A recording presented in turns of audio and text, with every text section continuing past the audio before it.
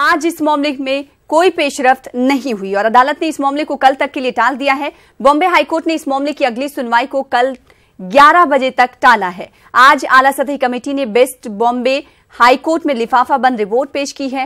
वाज़ेह है कि बेस्ट की 8 रोजा हड़ताल में अब तक 24 करोड़ का नुकसान हो चुका है और लाखों की तादाद में मुसाफिर रोजाना मुश्किलात का सामना कर रहे हैं। उम्मीद है कि कल इस मामले का कुछ हल निकले। इस सिलसिले में मजीद तफसीलात के लिए रुख करेंगे मुंबई का। हमारे साथ हमारे नुमाइंदे सर्वेश तिवारी जुड़ चुके हैं। सर्वेश तिवारी, हम देख रहे हैं कि आज 8वां दिन है बेस्ट बसों की हड़ताल का। ऐसे में आज सुनवाई हुई, क्या कुछ कोर्ट में हुआ, सबसे पहले बताइए। देखिए सना जी, 8वां दिन है स्ट्राइक का। ये मुंबई करों के लिए बहुत बड़ी परेशानी दिन ब दिन जैसे एक एक दिन बीत रहा है। उनका जो एक मंथली बजट होता है उसे तो नुकसान पहुंच ही रहा है, लेकिन साथ ही प्रशासन, बेस्ट प्रशासन जो है उसका नुकसान अब 24 करोड़ तक पहुंच चुका है इस 8वें दिन में।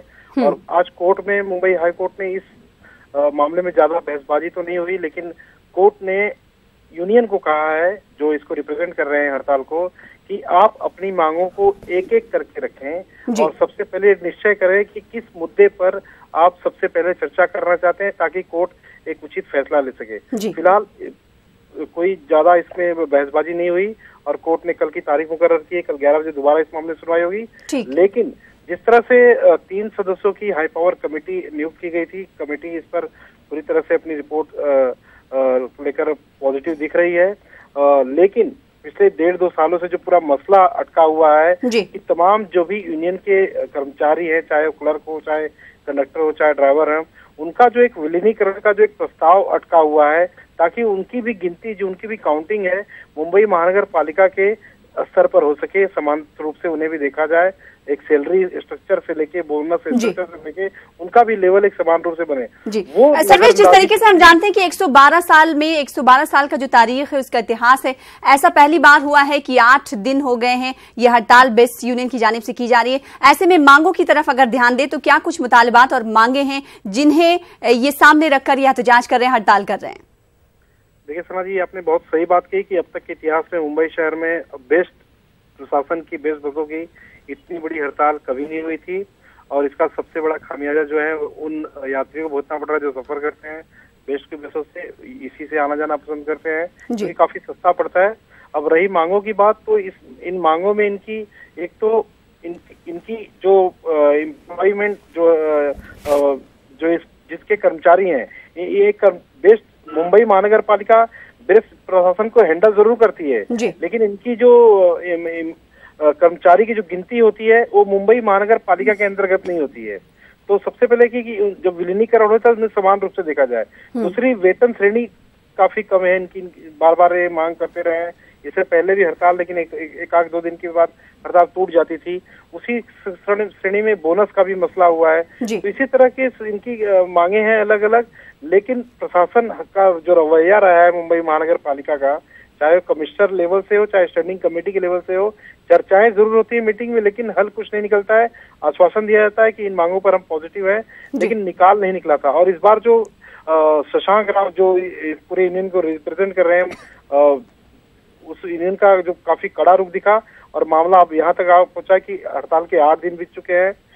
तमाम जो लोग हैं जिनके बस सफर में 40 या 50 रुपए दोनों आने जाने का, मतलब एक मुकाम तक जाना और दूसरे मुकाम तक आना खर्च होता था, अब वही अगर 50 रुपए का अगर खर्चा पकड़े तो वो 150 रुपए के पार हो रहा है। तो कहीं न कहीं जो मध्यम वर्गीय लोग हैं उनके ये पॉकेट बड़े पैमाने पे भारी असर पड़ रहा है इस हड़ताल से। और 24 करोड़ का जो नुकसान है बेस्ट प्रशासन को, वो भी एक बहुत बड़ा आंकड़ा है। अब रही बात कि इस मामले में क्या आउटपुट निकलेगा, क्या वाकई इस पूरे मामले में कोर्ट की जो दखलंदाजी है, कोर्ट अपना निर्णय कुछ ले सकता है, वो भी काफी मुश्किल भरे नजर आ रहे हैं, क्योंकि हाई पावर कमेटी नियुक्त करने के बाद भी इस मसले को हल नहीं किया गया। यहाँ तक कि उद्धव ठाकरे भी तीसरे चौथे दिन इस स्ट्राइक को लेकर शिरकत की थी, वहां पे भी कुछ आउटपुट नहीं निकला। तो मामला अभी भी कुछ चारों तरफ से कुछ भी सुलझता हुआ नहीं दिखाई दे रहा है। और आज भी कुछ कर्मचारियों से हमारी कोर्ट के बाहर बात हुई, उनका साफ यही कहना था कि जब तक हमारे सभी मांगों पर हमें पॉजिटिव रिस्पांस नहीं मिलता है, तब तब तक हम काम पर नहीं आएंगे। जी सर्वेश, जिस तरीके से हम जानते हैं कि मुंबई का नाम अगर लिया जाता है तो मुंबई के साथ भागती दौड़ती जिंदगी भी जुड़ जाती है, ऐसे में बेस्ट बसों की हड़ताल मुंबई करों पर कितना असर डालती हुई दिखाई दे रही है? सना जी देखिए, सबसे पहले मैं आपको आंकड़ा बता दूं कि 28 से 30 लाख यात्री, यानी ये मुंबई नहीं बल्कि मुंबई से बाहर, जैसे मीरा रोड है, नई मुंबई है, बेस्ट की बसों का जो पहले कई सालों से रूट बना हुआ है उस रूट पर बसें दौड़ती हैं और रोजाना की जो इनकी आवक है 3 करोड़ रोजाना की आवक है। और जो बेस्ट प्रशासन का जो एक साल का अगर नुकसान की बात करें तो पिछले कई सालों से बेस्ट प्रशासन अपने आप को 1000 करोड़ का साल का नुकसान में बताते आ रहा है जी। और 200 के करीब करोड़ अंदाजन बता रहा हूँ आपको। ये इनका कहना है कि ये हर साल कर्जे लेते हैं इस पूरे प्रशासन को चलाने के लिए, बेस्ट प्रशासन को चलाने के लिए। तो कहीं ना कहीं बेस्ट प्रशासन कर्जे में जरूर डूबा हुआ है, नुकसान में है, ये बात सालों से पता है। लेकिन इससे सफर कितना, आवाम कितना हो रही, जनता कितनी सफर हो रही है? जी बिल्कुल सना जी, सफर करने वाले यात्रियों का काफी बुरा हाल है। अब आप अंदाजा लगाइए कि अगर एक आम आदमी 40 रुपए लेकर मुंबई में अंधेरी से बांद्रा तक सफर करता है, आने जाने का उसका काम 40 रुपए में हो जाता है, उसी आम आदमी को आज 40 रुपए के बजाय ऑटो से सफर करना पड़ रहा है और 40 रुपए की बजाय उसकी जेब से 150 रुपए खर्च हो रहे हैं।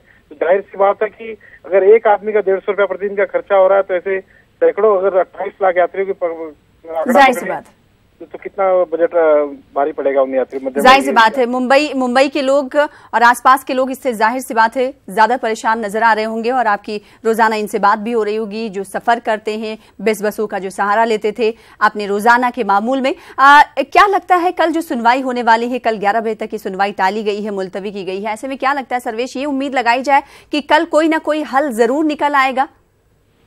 सरा जी, जहाँ तक आज कुछ लोगों से बात भी हुई है, एडवोकेट से, हमारी इस मसले को लेके, जहाँ तक मसला कोर्ट में जाने का है, पिटीशन डाली गई थी, ये मसला कोर्ट से सुलझता हुआ बिल्कुल भी नजर नहीं आ रहा है। इसका एक ही रास्ता है जो जानकार बता रहे हैं कि जो हड़ताली यूनियन है, जो कर्मचारी हैं, वो और मुंबई महानगर पालिका के जो प्रशासन जो इसको हैंडल करती है, उन अधिकारियों के सामने ये आपस में बैठ के चर्चा करके इस मसले को बड़ी आसानी से समझा सकते हैं।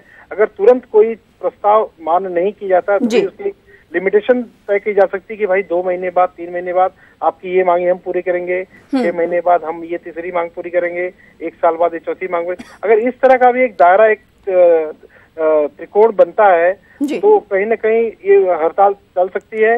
लेकिन जाहिर सी बात है, सवाल ये उठता है कि यकीन दहानी की जरूरत है और इस जानिब अब देखना ये होगा कि कोर्ट की जानिब से क्या कुछ मुदाखलत करते हुए फैसला लिया जाता है। कल इस की तस्वीर जो है पूरी तरीके से साफ हो जाएगी कि अदालत की जानिब से क्या कुछ फैसला इस हवाले से लिया गया। बहुत शुक्रिया सर्वेश हमारे साथ जुड़ने के लिए, तफसीलात के साथ बातचीत करने के लिए। फिलहाल आगे बढ़ लेते हैं। शिवसेना सरबराह उद्धव ठाकरे के फर्जंद आदित्य ठाकरे इन दिनों मराठवाड़ा के दौरे पर हैं। आज दोपहर 1:30 बजे वो मुंबई से एक निजी तैयारी के जरिए नांदेड़ एयरपोर्ट पहुंचे। यहां पार्टी कारकुनान की जानिब से उनका शानदार इस्तकबाल किया गया। आदित्य ठाकरे का ये 3 रोजा दौरा खुशकिसाली से मुतासरा किसानों के हालात का जायजा लेने और इन्हें हर मुमकिन इमदाद पहुंचाने के लिए हो रहा है। आदित्य ठाकरे के इस दौरे को इस साल होने वाले पार्लिमानी और असेंबली इंतखाबात की तैयारियों के पस मंजर में भी देखा जा रहा है। जैसे जैसे इंतखाबात करीब आ रहे हैं, सियासी पार्टियों को खस्ताहाल किसानों की फिक्र सताने लगी है और इनके हाल चाल जानने के लिए, पता करने के लिए सियासी लीडरों के दौरों का सिलसिला भी शुरू हो चुका है। मुंब्रा के शिलफाटा इलाके के एके इंडस्ट्रियल कंपाउंड में देर रात आग लगने से कंपाउंड के तकरीबन निस्फ दर्जन गोदाम जो प्लास्टिक, कागजों व दीगर सामान के थे जलकर खाकस्तर हो गए। आग तकरीबन 1:45 बजे लगी, जिसके बाद मकामी लोगों ने फायर ब्रिगेड को मुत्तला किया। फायर ब्रिगेड ने पहुंचने के बाद मजीद गाड़ियों और वाटर टैंकर तलब किए। इस तरह 3 फायर इंजन, 3 वाटर टैंकर की सख्त मशक्कत के बाद आग पर काबू पाया गया। इस हादसे में कोई जानी नुकसान तो नहीं हुआ है, लेकिन लाखों रुपए का माल जलकर खाक हो गया। आग लगने का सही सबब मालूम नहीं हो सका है, लेकिन शॉर्ट सर्किट के सबब आग लगने की बात कही जा रही है।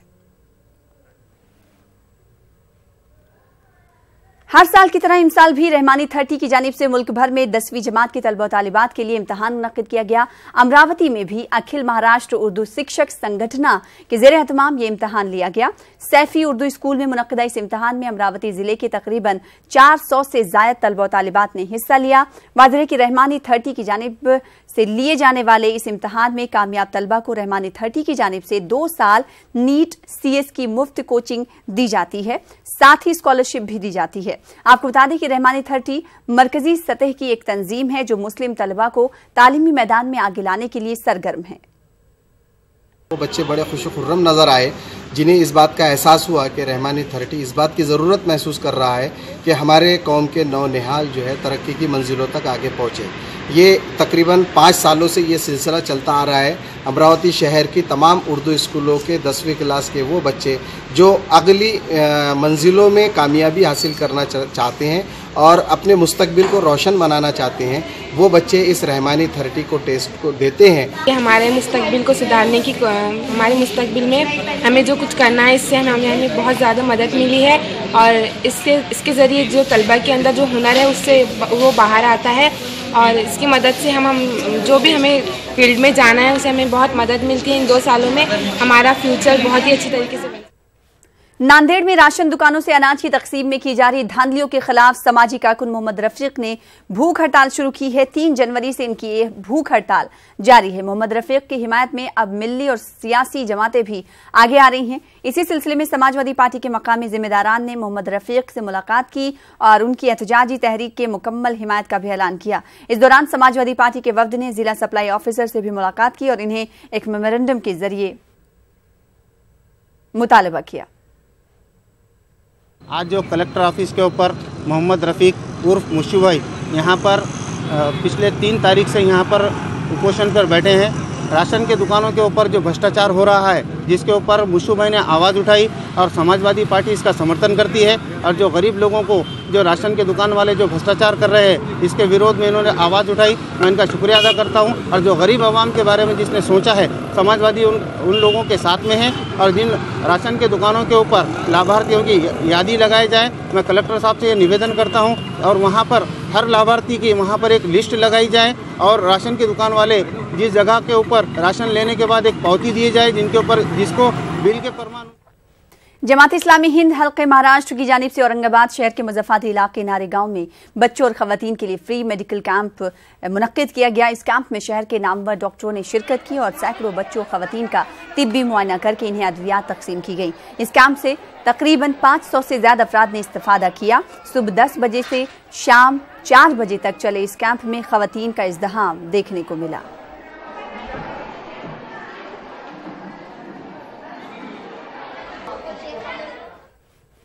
भाषा अनेक देश एक, इस मकूलों को बच्चों के जहनों में बिठाने और अनेकता में एकता के पैगाम को आम करने के लिए मरकजी हुकूमत की जानिब से भाषा संगम के प्रोग्राम हो रहे हैं। इसी सिलसिले की कड़ी के तौर पर औरंगाबाद के गोदावरी स्कूल में भाषा संगम प्रोग्राम हुआ। इस प्रोग्राम में स्कूल के तलबा और तालिबात ने बढ़ चढ़ कर हिस्सा लिया और जुमला 22 जबानों में एक दूसरे से बातचीत की। इस प्रोग्राम का असर ये देखा गया कि स्कूली तलबा में मादरी जुबान के अलावा दिगर जबानों के तई दिलचस्पी देखी गई। स्कूली तलबा ने अपने इस तजुर्बे पर कुछ इन ख्यालात का इजहार किया। आप भी देखें।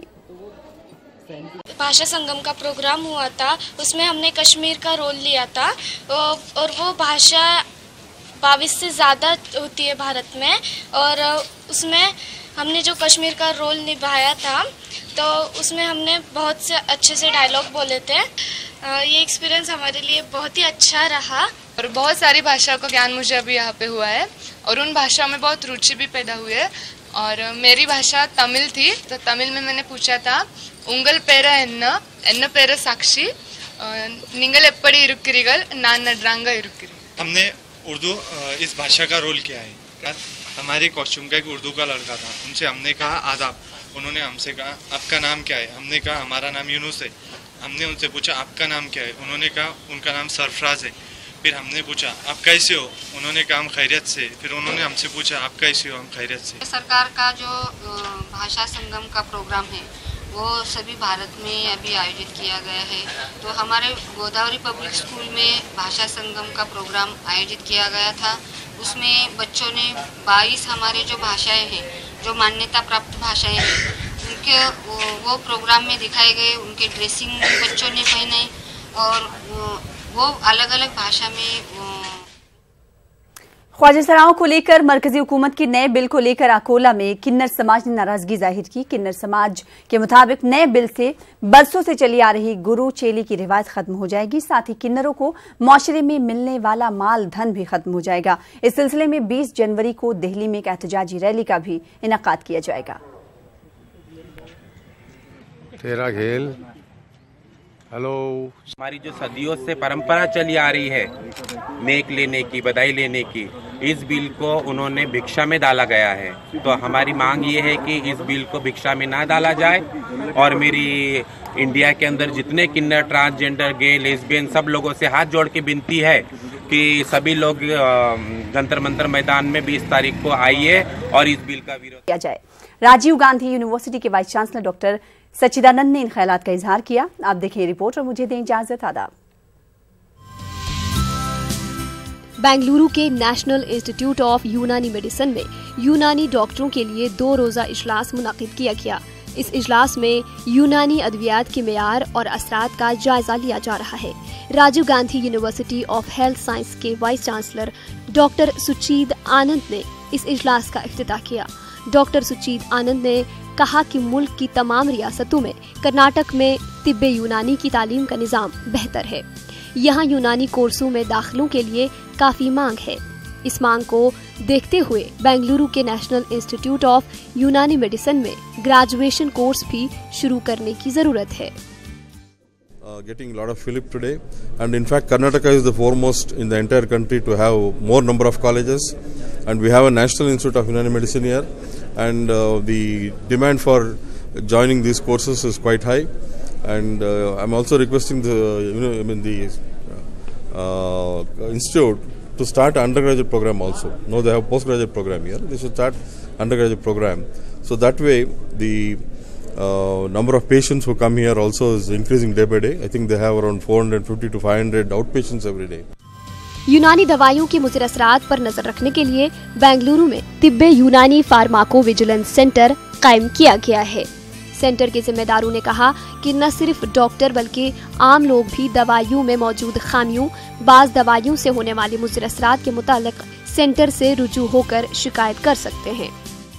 गवर्नमेंट ने इसका खाका बनाया हुआ है कि तिब्बी यूनानी के लिए बेंगलुरु का नेशनल ऑफ यूनानी मेडिसिन एक इंटरमीडिएट फार्माको विजिलेंस सेंटर है, जिसका कोऑर्डिनेटर मैं हूं, और मेरे मातहत एक प्रोग्राम एसोसिएट राबिया मलिक भी काम कर रही हैं कि अवाम जहां कहीं भी जिस किसी भी डॉक्टर ने आपको कोई दवाई तजवीज़ की, दौरान इस्तेमाल लगा आपको कि कोई मुजरत हो, जैसे बदन में